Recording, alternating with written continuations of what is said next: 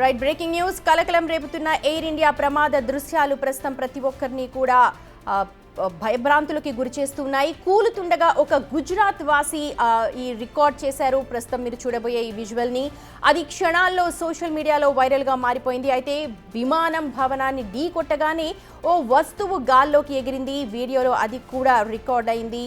అదే ఇప్పుడు సోషల్ మీడియాలో పెద్ద చర్చకు కారణమవుతోంది. అది విమాన భాగం అని కొందరు, మరేదో అని కొందరు, పక్షి అని కొందరు, ఇలా ఒక్కొక్కరు పలు రకాలుగా దానిపైన విశ్లేషణ అయితే జరుపుతూ ఉన్నారు. కానీ జరగాల్సిన ఘోరం అయితే జరిగిపోయింది. ఒక గుజరాతీ ఔత్సాహికుడు ఫ్లైట్ వెళుతున్న దృశ్యాలని తన ఫోన్లో బంధించడానికి ట్రై చేశాడు. బహుశా ఎవరైనా కింద ఇందాక మా ప్రతినిధి చెప్తున్నట్టు స్లమ్నున్న వ్యక్తి ఉండొచ్చు, లేకపోతే ప్రయాణికుల్లో ఒకరైనా బాయ్ చెప్పి తర్వాత వాళ్ళు వెళ్తున్న దృశ్యాలు చిత్రీకరిద్దామనుకొని ఆ ఫ్లైట్ని షూట్ చేస్తున్న వ్యక్తి ఉండొచ్చు. ఎవరైనా సరే ఈ ప్రమాదం జరిగిన దృశ్యాల్ని అతను ఒక్కసారిగా సోషల్ మీడియా ప్లాట్ఫామ్లో పెట్టడంతో ఒక్కసారిగా విపరీతంగా వైరల్ అయింది. అలాగే ప్రమాదం ఎలా జరిగింది అన్న దానిపైన అతను తీసిన ఈ ఎక్స్క్లూజివ్ వీడియో ఒక్కటే ఇప్పుడు ప్రతి ఒక్కరికి కూడా ఆధారంగా మారుతోంది. దీనిపైనే పెద్దగా చర్చ కూడా జరుగుతోంది.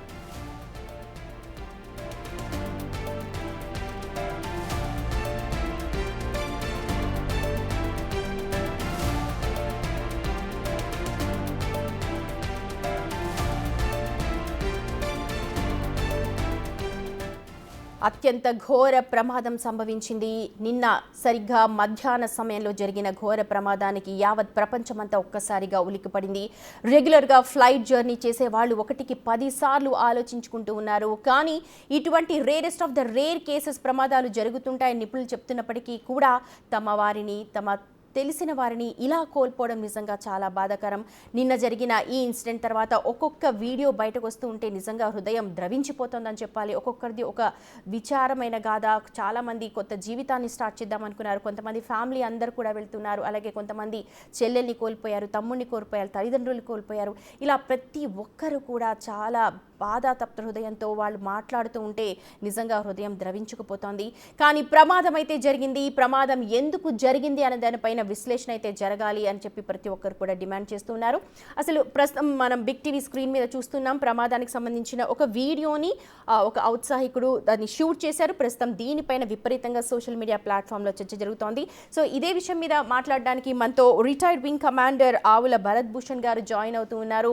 Good afternoon sir. సార్ మీరు మ్యూట్లో ఉన్నట్టున్నారు, ఒకసారి అన్మ్యూట్ చేసుకోండి. మాట్లాడుతున్నారు? ఓకే సార్, ఫైన్, వినపడతాను సార్. ఇప్పుడు సార్ ఇప్పుడు టీవీ మీద మీరు కనుక చూస్తూ ఉంటే విజువల్ ఒక్కసారిగా మీరు చూస్తే నిన్నటి నుంచి కూడా ప్రతి ఒక్కరి ఫస్ట్ క్వశ్చన్ ఇదే అడుగుతున్నాం మనం. కారణం ఏమై ఉండొచ్చు? అలాగే ఒక్కసారిగా పెద్ద ఫైర్ బాల్ లాగా ఒక విస్ఫోటనం జరిగితే ఎలా ఉంటుందో అంత విస్ఫోటనం అక్కడ కనిపిస్తోంది. ఇప్పుడైతే కరెంట్లీ ఇట్స్ ఆల్ స్పెక్యులేషన్. ఎందుకంటే మనం ఇక్కడ దూరం ఉన్నాము, మనం యాక్చువల్లీ ఆన్ ద స్పాట్ లేము కూడా. Number 1. Number 2, black box decode అయ్యే వరకు ఇప్పుడు మీకు దొరికింది cockpit voice recorder, only conversation between the crew members. అది only gives you very minimum amount of information ఇస్తుంది అది. But actual cockpit voice recorder black box కావాలంటే దాంట్లో పారామీటర్స్ ఉంటాయి, చాలా థౌజండ్స్ ఆఫ్ పారామీటర్స్ దాంట్లో రికార్డ్ అవుతాయి. ఇంజిన్ పర్ఫార్మెన్స్ వేరే ఏమేమైనాయో అన్ని రికార్డ్ అవుతుంది. దాన్ని డీకోడ్ చేయడానికి టైం పడుతుంది. ఇట్ వోంట్ బి ఇమీడియట్లీ రేపైన దొరికినా కానీ you will not be to get the information in 2 days. It will take some time. ఎందుకంటే అవి కోడింగ్లో ఉంటుంది. దాన్ని డీకోడ్ చేసి దాన్ని అంత పారామీటర్స్ సరిగ్గా చూసుకొని అప్పుడు they can come to some conclusion. కానీ కరెంట్లీ యాజ్ ఇట్ లుక్స్ మనం అందరం దూరం కూర్చొని స్పెక్యులేషన్ చేస్తున్నాము. కానీ only 2 or 3 things we can say for sure. Pilots are experienced. వాళ్ళదేం ఫాల్ట్ లేనట్టు అనిపిస్తుంది. ఎందుకంటే టేక్ ఆఫ్ కాగానే జరిగింది పరిస్థితి. సో దేర్ఫోర్ వాళ్ళదే ఫాల్ట్ రావాలంటే పైలట్ ఫాల్ట్ అని చెప్పడం కాదు అనుకుంటా. Secondly, weather was quite fine. Very clear గా visibility ఉంది. There was no problem. Storm లేదు, ఏం లేదు. Number 3, బర్డ్ హిట్ అయితే కూడా రెండు ఇంజిన్స్ కి బర్డ్ హిట్ కావడం కొంచెం ఇక్కడ డౌట్ఫుల్. సో ఇంకా వేరేది ఏదుందో మరి అయితే భరత్ భూషణ్ గారు, సారీ టు స్టాప్ యూ. ఆ విజువల్ ఏదైతే ఉందో సోషల్ ప్లాట్ఫామ్లో జరుగుతున్న చర్చ గురించి నేను ఒకసారి మాట్లాడితే, ఒక్కసారిగా ఫ్లైట్ కనుక కిందకి దిగి వెళ్ళిపోయిన తర్వాత కిందకి దిగాక ఒక ఆబ్జెక్ట్ అన్నది పైకి ఎగిరింది. బహుశా అది అది impact టైర్ of- కావచ్చు, ఎందుకంటే టైర్స్ అన్ని కూడా ఓపెన్ అయి కనిపిస్తున్నాయి. అది what ever it may be. It may be even something on the roof of some house. Correct. It may be Rake something on అవ్వచ్చు. the ఎందుకంటే గాలి ఇంత ఇంపాక్ట్ అయ్యింది అక్కడ కదా. So everything that aircraft goes over that so much pressure create చేస్తుంది కదా.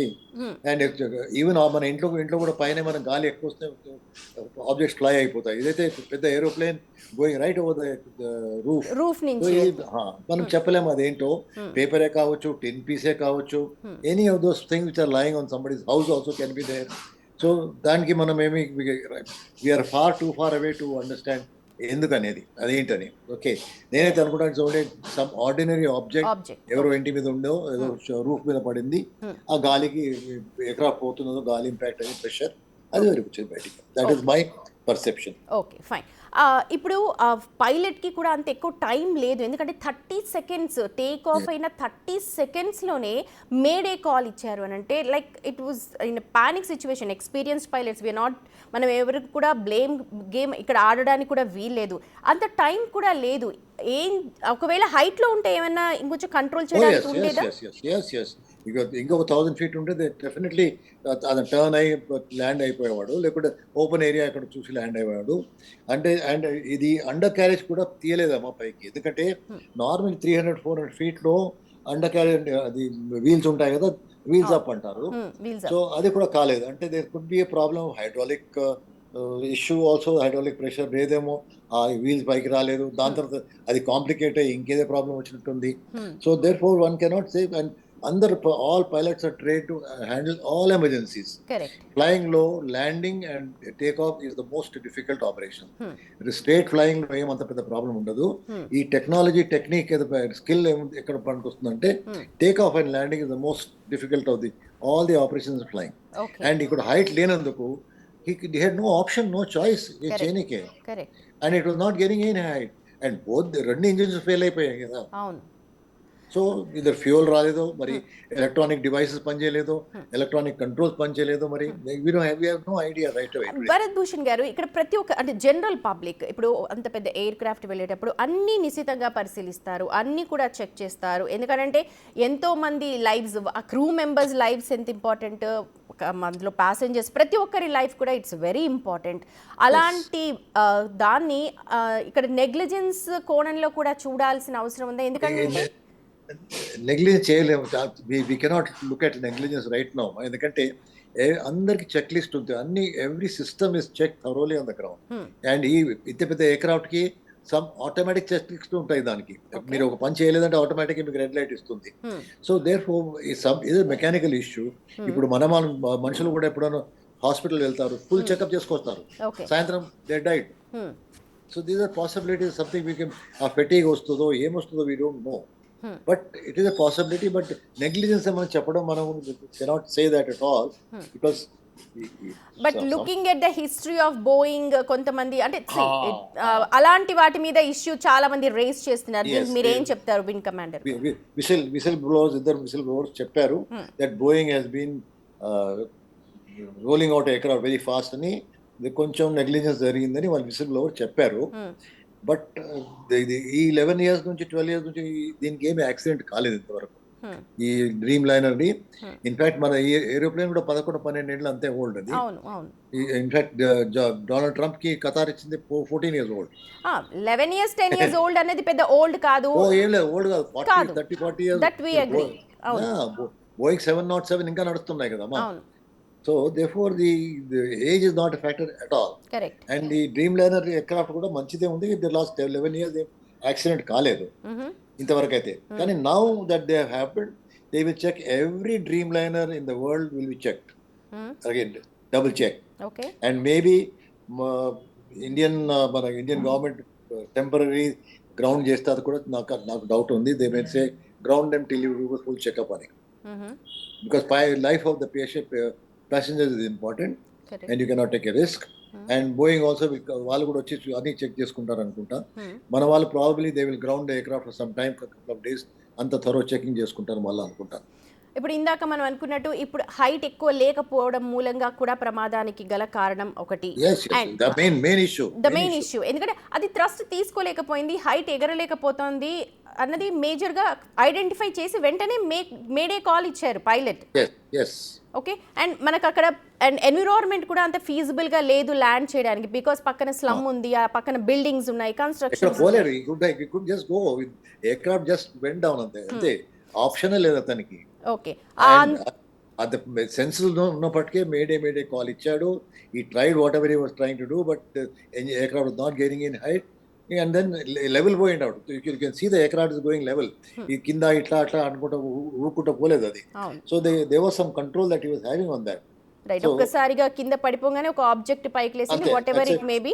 మీరు అన్నట్టు ఆ ఇంటి మీద రూఫ్ మీద ఒక పైకప్పు రేకు కావచ్చు, లేకపోతే టైర్ కావచ్చు, కానీ ఆ తర్వాత ఇట్స్ లైక్ నిజంగా మైండ్ బ్లాంక్ అయిపోతుంది, ఒక ఫైర్ బాల్ లాగా. ఎందుకంటే ఆ full tank fuel, full tanks that 9 hours flying ఉండింది, and it can fly for 14 hours plus 240 passengers ఉంటారు. 9 hours flying time కాకుండా ఎక్సెస్ తీసుకుంటారు, ఎందుకంటే ఎమర్జెన్సీ డెస్టినేషన్ ఎయిర్పోర్ట్ దగ్గర ఎమర్జెన్సీ ఉంటే they have to have some extra fuel. So tanks are full. And ఈ Boeings కి wings లో ఫ్యూయల్స్ ఉంటాయి. సో ఇప్పుడు ఆ క్రాష్ అవడం మూలంగా ఏదైతే వింగ్స్ లో ఫ్యూయల్ ఉందో అదంతా కూడా మొత్తం స్ప్రెడ్ అయిపోయి మిగిలిందంతా కూడా ఎంజిన్ కూడా ఉందమ్మా, హాట్ ఎంజిన్ ఉంది కదా, దాంట్లో కూడా ఫ్యూయల్ పోతుంది. Okay, no time at all. Okay, దాదాపు 1000 degrees Celsiusలో ఉంటుందంటారు. So like we can't imagine, చెప్పడానికి కూడా నాకు మాటలు రావట్లేదు. మాంసం ముద్దల్లాగా తయారైపోయి ఉంటారు, అండ్ ప్రతి ఒక్కరు కూడా లైక్ ఇట్స్ చెప్పడానికి కూడా అలవి కాని సిచ్యువేషన్స్లో అక్కడ డెబ్రిస్ కనిపించింది. Biggest tragedy I think Indian ఏవియేషన్లో, probably second or third highest tragedy that is there.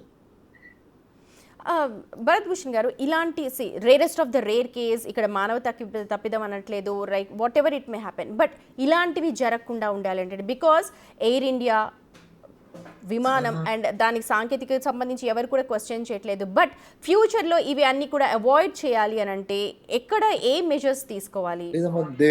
Regular maintenance, regular checkup, very rigorous rules ఉంటాయి దీంట్లో. సివిల్ ఏవియేషన్లో మీరు చూస్తే flying is not such a big risky thing than road railways. The safest travel is air travel because it's highly regulated. చాలా rules regulations ఉంటాయి, and trained pilots ఉంటారు, వాళ్ళకు periodically వాళ్ళు upgrade చేసుకుంటుండాలి.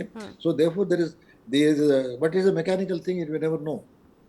But DGCA నుంచి కొంచెం different prospect కనిపిస్తోంది. అంటే మీరు కనుక ఫాలో అవుతుంటే డీజీసీఏ దగ్గర నుంచి చాలా షో కాజెస్ ఇష్యూ చేశారు అన్నట్టు కొన్ని వార్తలు వస్తున్నాయి. What you say? These pilots are 8000 hours flying అమ్మా. సో ఆ చిన్న ఏరోప్లేన్స్ కింద maybe some things may have happened, కానీ ఈ పెద్ద ఎయిర్లైన్స్ లో they cannot afford to take a risk with so many passengers కదా. Aircraft reputation, even their lives, వాళ్ళ లైఫ్ కూడా థ్రెట్ లో ఉంటుంది ఒకవేళ ఏమైనా. వాళ్ళ లైఫ్, మళ్ళీ company has to run, aircraft reputation, everything is at stake kada. So nobody will take it lightly. Okay, very serious issue. What do you suggest? అంటే ఒక wing commander, what do you suggest? మీరు ఏం సూచనలు suggest చేస్తారు? ఇప్పుడు సరే digital video recorder దొరికింది, black box దొరికింది, అయినా సరే మనకు తెలుసుకోవడానికి చాలా టైం పడుతుంది, కానీ ఎక్స్ప్లెయిన్ చేయడానికి అక్కడ 240 మందికి ఆన్సర్ ఇవ్వడానికి ఎవరు కూడా లేరు, అంటే ఆన్సర్ ఇచ్చే సిచ్యువేషన్లో కూడా ఎవరు లేరు. లేదమ్మా, చూడు, right now they will only do thorough inspection of all Dreamliners and maybe all Boeing aircraft in due course of time, because ఇది బోయింగ్ నుంచి వచ్చింది కదా. So there is possibility, and considering that whistle blower మాట్లాడడానికి they may do some extra inspection of certain parameters, అది కావచ్చు. కానీ but you cannot say that they negligence, ఏం చేయాలి, ఫ్లయింగ్ బంద్ చేయాలా అని కాదు కదా. You have to have the thing going. People, వాళ్ళకందరికీ you cannot stop airplanes flying now. మరి ప్యాసింజర్స్ ఎట్లా పోతారు? కరెక్ట్. లాంగ్ డిస్టెన్స్ భయపడాల్సిన అవసరం లేదు, కాకపోతే ఇది చూసినప్పుడు ప్రతి ఒక్కరికి ఒకలాంటి భయం ఉంటుంది. 10 years తర్వాత 10-11 years 2020లో ఒక యాక్సిడెంట్ అయింది మనకు, అది బెంగళూరు ఎయిర్పోర్ట్ లో.